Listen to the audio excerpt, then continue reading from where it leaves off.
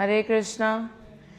एक बार एक नाव के मालिक ने अपनी नाव को जाकर देखा तो क्या देखा कि उसमें एक छेद है, उसमें एक होल है। उसने सोचा कि इसको पेंट करवाता हूँ, इसको नई बनाता हूँ। पेंटर के पास गया, पेंटर के पास जाके बोला कि भैया इसको पेंट कर देना। उसने बोला ठीक है, मैं पेंट कर दूँगा, 3-4 दिन लगेंगे। बोला ठीक है, आप पेंट कर देना। तो उसने जब पेंटर ने पेंट करना चालू किया बोट को, तो पेंटर ने देखा कि बोट में छेद है, मतलब नाव में एक छेद है। पर जो मालिक था नाव का उसने बताया ही नहीं था कि बोट में छेद है। पर पेंटर ने क्या किया, अपने आप से ही जो छेद था उसको बना दिया ताकि मालिक को तकलीफ़ ना हो। और उसने क्या भला काम किया कि उसने उसके एक्स्ट्रा पैसे भी नहीं मांगे और ना कभी उस मालिक को बताया कि मैंने आपके नाव का छेद बना दिया। उसका काम हो गया, वो वहाँ से चला गया। जो नाव का मालिक था वो अपनी बोट देखकर बहुत खुश हुआ, पर उस क्षण तक उसको याद नहीं था कि उसकी बोट में एक छेद है। जब उसके 2 बेटे थे, उन बेटों ने बोला कि पिताजी आज हमें जाना है बोट में घूमने फिरने।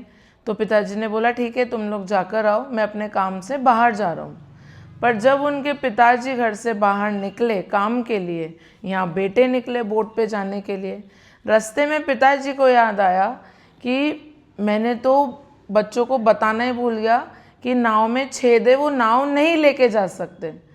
पिताजी बड़े व्याकुल हो गए, उनको समझ नहीं आ रहा था वो कैसे करें। उन्होंने आधे रास्ते से ही वापस आए अपने बेटों को देखने कि वो सुरक्षित है कि नहीं। संध्या हो चुकी थी, बेटे अब तक लौटे नहीं थे। पिताजी ने अपने जो और कर्मचारी थे उनको बोला जाओ आप लोग देख कर आओ कि मेरे बच्चे कहाँ हैं। जब पिताजी ने दूसरे लोगों को भेजा तो देखा कि वो सामने से उनके 2 बेटे वापस आ रहे थे। उनकी सांस में सांस आई कि मेरे बच्चों को कुछ भी नहीं हुआ। जब बोट आई शोर पे, मतलब किनारे पे, तो मालिक ने देखा, जो मालिक था बोट का, उसने देखा कि छेद तो भरा हुआ है। उनको ये याद नहीं आ रहा था कि मैंने तो बोला ही नहीं पेंटर को कि तुम ये छेद भी ठीक कर दो। पर चलो, उन्होंने भलाई से, अपनी सूझबूझ से वो छेद भर दिया था।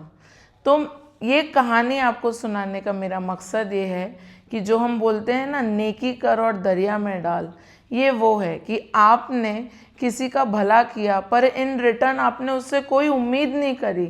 तो ये बात आप हमेशा याद रखिएगा कि कोई देखे ना देखे, गुरु महाराज और वृंदावन चंद्र आपकी नेकी, आपकी इंटेंशंस को ज़रूर देखते हैं और उसी हिसाब से आपको उस चीज़ का फल स्वरूप मिलता है।